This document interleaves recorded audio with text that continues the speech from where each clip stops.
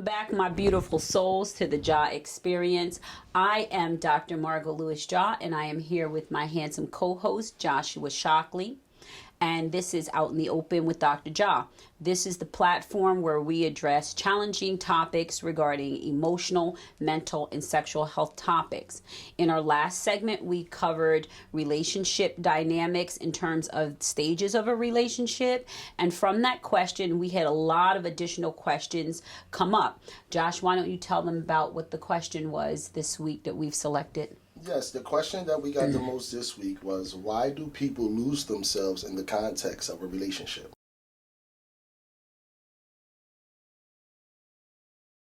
Josh, let me ask you a question. What are some ways that you or someone you know has lost themselves in a relationship? Absolutely. I think one of the easiest ways, one of the first ways most men lose themselves in a relationship is we stop hanging out with our homies as much, going to the Sunday or Saturday basketball games, playing Madden or whatever it is that we do. It slows down drastically because you want to entertain this new relationship. It's exciting. But there is a prime example of you're already sacrificing things that you had in place in your life that genuinely make you happy.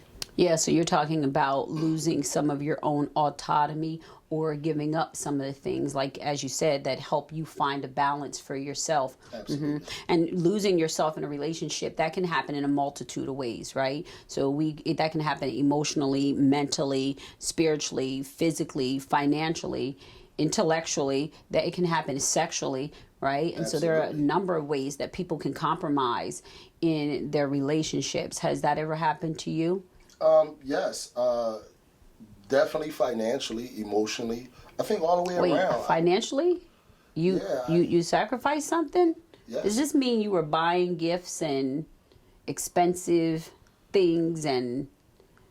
Let's just say I that spent happens in the 40 courting a few times. The $40? I'm glad that I wasn't the person he was dating. I just want to make a little ding right here. It is okay to buy very nice gifts for people that you are dating.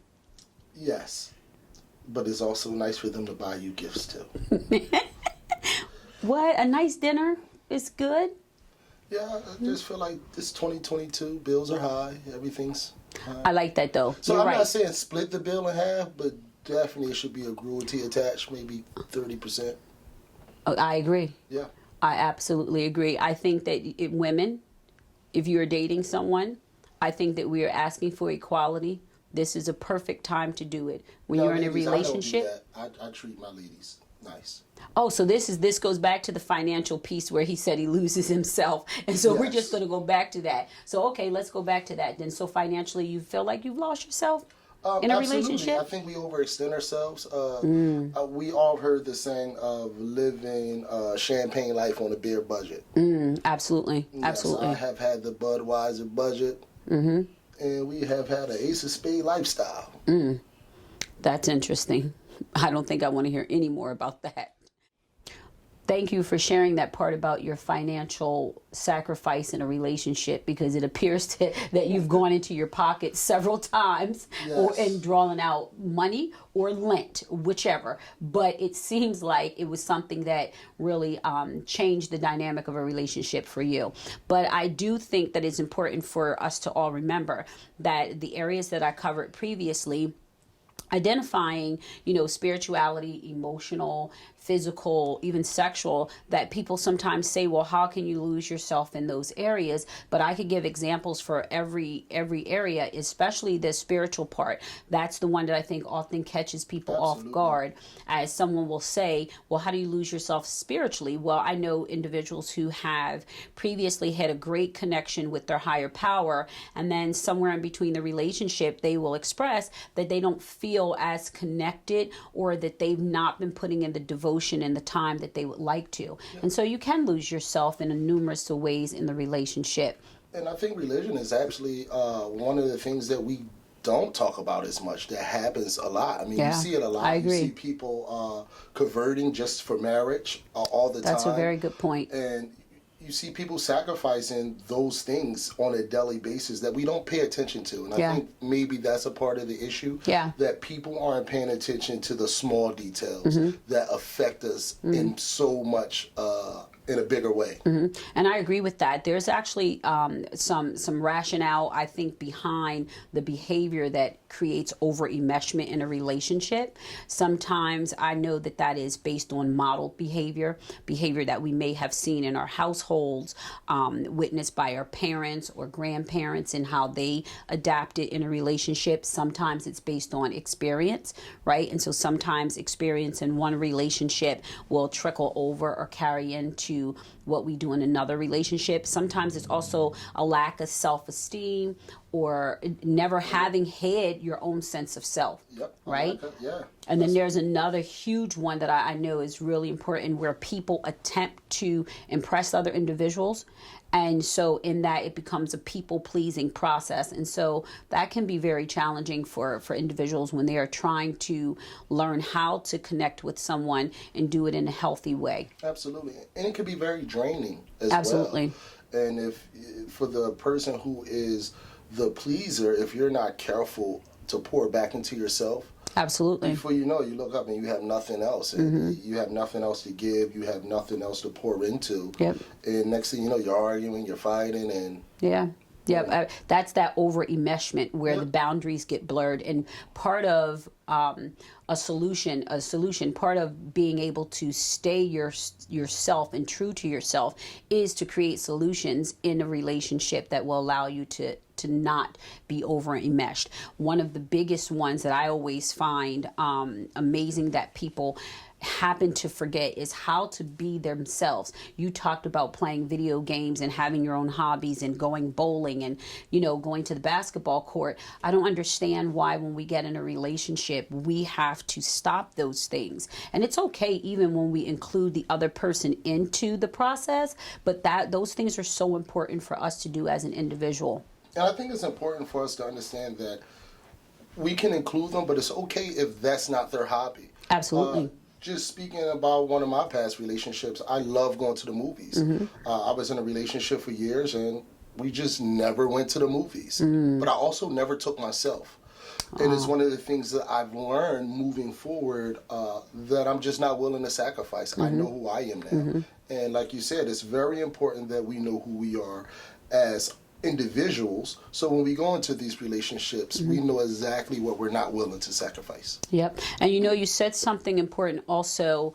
You said that you didn't do it, and so to that I say it's okay to have separate friend groups, right? Because you said the person did not want to go to the movies with you. Have separate friend groups. Have individuals who do like to do the hobbies that you enjoy. This way you don't have to sacrifice them. I would also say that you should establish goals for yourself while you are single. When you establish goals for yourself, you're going to be less likely to waver on those goals when you get into a relationship. A lot of times when people get into relationships and they don't have a strong foundation for themselves, this is where we get to some rocky, milky areas, right? So people don't really, if you don't come in with something, then when you get in, you won't have much. Right, it's that kind of concept. And I think it's very important to set those goals. That was very important information, Dr. Jah. Thank you for that. To set those goals while you're single, but it's very important to complete those goals before you jump into a relationship. Absolutely. Because sometimes jumping into that relationship can have you forgetting completely about the goals that you set for yourself, because now you're in that state of people pleasing, of sacrificing, of changing, of making sure you're the right person, the perfect person, instead of just being yourself. Yep. So that brings me to a thought, talking about a relationship rubric. And this is something that I brought up with people in the past and through my personal experience in therapy, right? A lot of times people do not have a self-relationship rubric, not just a rubric for the relationship, but being able to develop one for yourself is very essential. This allows you to know what you will and won't compromise for yourself. And 1 second, Dr. Jah. please know that we're going to figure this out together. I do not know what a rubric is. She just dropped this on us. So we're definitely going to learn more about this. So I will tell you, and you know what? That is a great part. That is a great topic. And so does that mean we're answering your question next? Yeah, maybe. Okay. So make sure you guys ask the question too, so it's not just about me.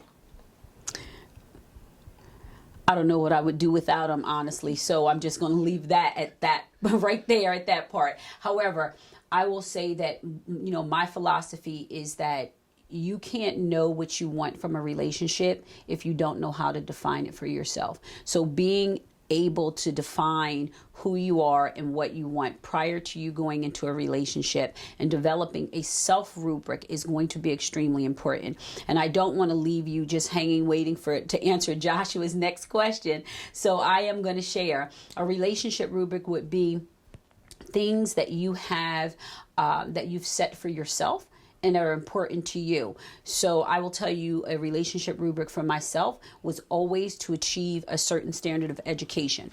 That was something that I knew was going to be not negotiable with anyone. That's going to be non-negotiable with anyone. It just was off limits. And so anything that I did in my life, my education was going to be first and foremost. And I set my intentions for it. And that's what I've done. And so I know you have a personal rubric for yourself. I think you just he hasn't figured out how to label it or what it's, that it's really true. So, but tell me one thing that you've always wanted for yourself that you've decided that you'll never let someone else take away from you or interfere in. For me would definitely be my education and reading. I love reading. It was something that I compromised before as well. I'm an avid reader. I'm an avid writer. And it was some of the things that I got away from in my past relationship that I know now that these are my outlets. This is the thing that some of the things that make me great. Mm-hmm. And I'm just not willing to sacrifice those things anymore. So that's a little bit of my rubric. Mm-hmm. Just a little bit? Yeah, just a little bit. Thank you all for spending time with us again. Please, please, please remember to continue to drop us your questions or any thoughts that you may have on a segment so that we can come back and answer any follow-up questions you may have. Josh, do you have any parting words? Yes, please remember to like, comment, and subscribe. And hit the little dingy bell thing too so you can get alerts when we upload our new videos. He means notifications. Yes. Thank you.